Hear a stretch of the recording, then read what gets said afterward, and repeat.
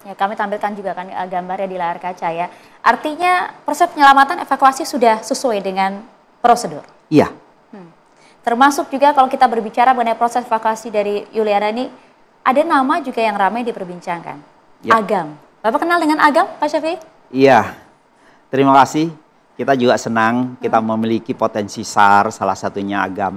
Yang ingin saya sampaikan bahwa Agam ini adalah salah satu potensi dari Badan SAR Nasional. Sebelumnya Agam ini sebenarnya potensi yang berada di Makassar. Kemudian berpindah di Gunung Rinjani. Kemudian pada saat kejadian mungkin saya sedikit menyampaikan bahwa pada saat kejadian kemudian kita melaksanakan operasi pas di hari ketiga. Pada saat di hari ketiga inilah saudara Agam dengan Tio datang ke kantor SAR Mataram. Karena memang yang bersangkutan ini menjadi tim rescue di Gunung Rinjani sendiri, makanya kan mengatasnamakan Squad Rinjani. Jadi pada saat kejadian mungkin yang bersangkutan ini tidak ada di tempat. Sehingga pada saat hari ketiga, pada saat korban ditemukan itu datang ke kantor SAR Mataram. Kemudian minta izin untuk bergabung karena yang bersangkutan ini memang hari-harinya ada di Gunung Rinjani. Izin bergabung dan juga menggunakan fasilitas peralatan dari Badan SAR yang ada di Mataram dan akhirnya bergabung. Sehingga pada saat proses evakuasi terjadi, yang saya bilang tadi, aslinya tim SAR ini cukup banyak, ada 137 personil. Dan pada saat diturunkan ini, ada 7 orang yang secara khusus diturunkan. Jadi tadi saya bilang bahwa dalam organisasi SAR itu ada SMC, kemudian juga ada OSC. Dan OSC ini atas nama Hafid dari kantor SAR Mataram. Dialah yang kita turunkan paling dulu sampai akhirnya menjangkau ke tempat korban.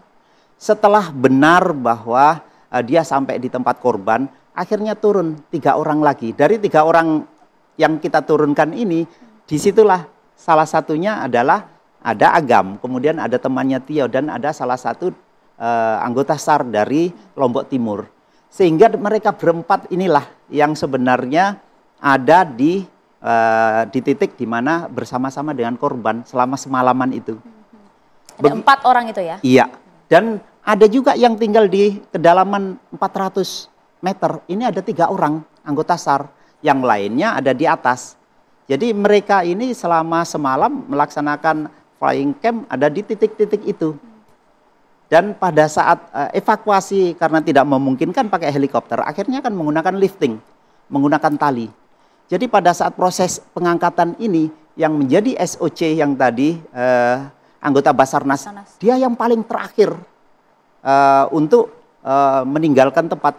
Jadi, semuanya, ya? Jadi prosesnya, bahwa evakuasi di kedalaman 600 meter ini, diawali dari yang tadinya 4 orang, ini 2 orang naik dulu di ketinggian 400.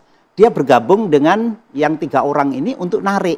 Nah, si Agam memang nempel dengan korban yang di bawah, yang OSC tadi, yang saudara Hafid ini. Mereka PNS yang bertugas di kantor SAR di Mataram. Jadi itu prosesnya. Begitu di 400 ini, baru ditarik rame-rame sampai ke puncak bukit. Jadi ini adalah tim. Tidak mungkin yang namanya operasi SAR seperti itu bisa dilaksanakan seorang Agam pribadi. Mungkin itu. Ternyata cukup jelas gambaran yang sudah Anda berikan Pak Syafi'i, bagaimana kemudian mencerahkan berbagai isu-isu liar yang mungkin beredar di luar sana. Baiklah, terlepas berbagai polemik yang ada, siapa yang salah, siapa yang benar, kalau kemudian boleh kita menarik sedikit evaluasi dari hal ini Pak Syafi'i, apa yang bisa disampaikan dari Basarnas? Iya, jadi setiap ada kejadian atau setiap kita melaksanakan operasi pasti diakhiri dengan evaluasi. Dan yang ingin saya sampaikan bahwa dalam pelaksanaan operasi Basarnas kan tidak berdiri sendiri. Misalkan kejadian itu ada di mana? Oh, ada di Taman Nasional Gunung Rinjani. Tentunya Taman Nasional Gunung Rinjani ini kan di bawah tanggung jawab juga ada kementerian yang bertanggung jawab. Sehingga pada saat ada kejadian ini, Basarnas bersama-sama dengan kementerian terkait, mulai dari Kementerian Kehutanan, ada Kementerian Pariwisata, langsung melaksanakan rapat dan akhirnya salah satu atau beberapa rekomendasi yang kita keluarkan bahwa kita akan meningkatkan kerjasama terkait dengan bagaimana kita menata ke depan bisa lebih baik, sehingga faktor keselamatan ini menjadi prioritas. Kita tidak kepingin ada kejadian yang terjadi seperti yang kemarin itu terjadi.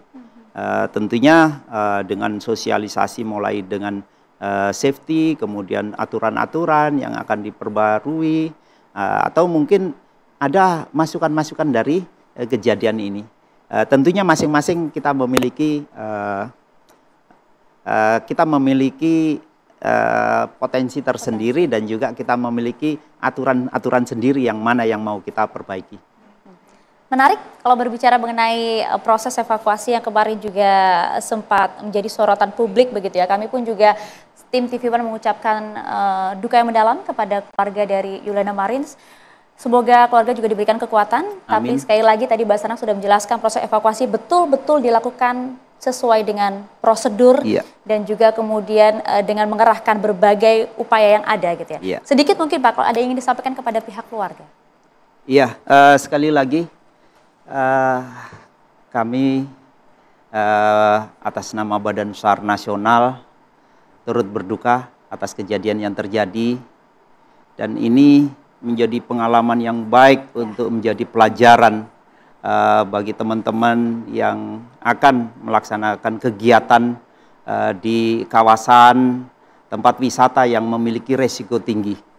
Jadi ini juga menjadi harapan kami bahwa kepada seluruh wisatawan yang ingin bepergian di tempat yang beresiko, jangan pernah lakukan apapun kalau tidak ada jaminan aman. Jadi itu mungkin pesan saya. Dengan cara apa? Ya tentunya mulai dari kondisi fisik, mengenal tempat yang mau dikunjungi, selama perjalanan bagaimana aman, kemudian pada saat masuk mengikuti aturan. Pasti di kawasan wisata itu juga ada aturan-aturan yang harus diikuti. Kemudian pada saat yang paling penting terakhir, kalau terjadi kedaruratan, harus berbuat apa untuk diinformasikan kepada siapa. Kalau Basarnas sendiri kita memiliki call center 115. Dan itu akan gerak cepat pada saat kemudian telepon masuk ya Pak? Pasti. Jaminan langsung dari Kabasarnas ya.